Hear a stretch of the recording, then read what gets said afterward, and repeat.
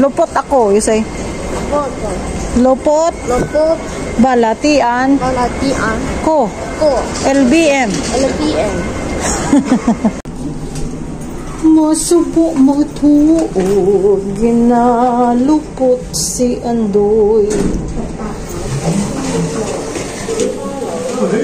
Uy, yes.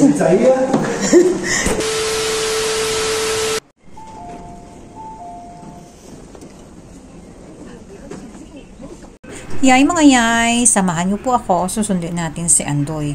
Kasi tumawag ang amo ko na susunduin ko si Andoy. Kasi nga, nagsabi ang teacher niya na masama yung pakiramdam niya. Kaya kailangan ko na siyang puntahan agad-agad. Kahit 3:30 yung end ng class niya. Nawagan ako ng amo ko, 2:30 pa lang. Kaya pumunta ako agad sa school. Pupunta ko sa school. Kaya nung dumating ako, tinanong ko yung guard kung pwede ko nang pick upin si Andoy. At sabi niya, sandali, titingnan sa taas. Nakita ko tong little tortoise. May pagong sila dito. Alam mo naman tayo, Pinoy. Ayaw lang tumitig. Gusto talagang humawak.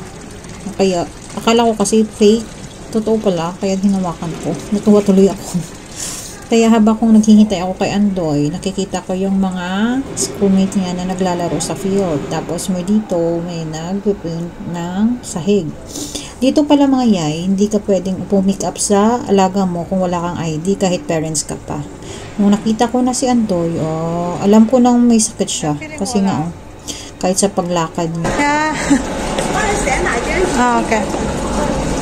Na feeling wala. Yeah. Did you vomit? No. Nata. Did you poop it? No. Did you vomit la? No. Yes? Nata, did you poop? Didi's not feeling well. Yes. Oh, really? You're not feeling well. That's why you go to school. Your mommy asked you if you're feeling well in the morning, and then you said yes. You can go to school. But your other friend, go home early also. He's not feeling well also. He's not feeling well. Also? Your friend? Your classmate? I saw his dad la. My friend, it's not feeling well. Really? Yes. How about the other one la? I saw the other. He is. What la? Absent.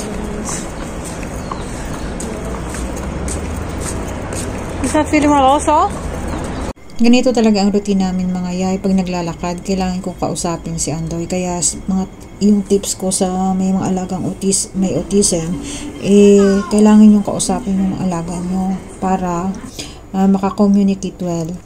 LBM lang pinag-uusapan natin pero naging autism advocate na ako. Based on my experience, ganun talaga yun. Kailangan nyo lang maging makulit para mag-communicate well yung alaga ninyo. Habang papauwi kami, naghihintay na kami ng subway papuntang Longping Station. One stop lang naman papuntang bahay. Connected na yan sa bahay yung MTR station. Kaya maganda yung mode of transportation papuntang school ni Andoy. Hassle free. Siya lang talaga yung late lang gumising parati. Ganon talaga si Andoy. Kaya yay. Uwi na kami ni Andoy.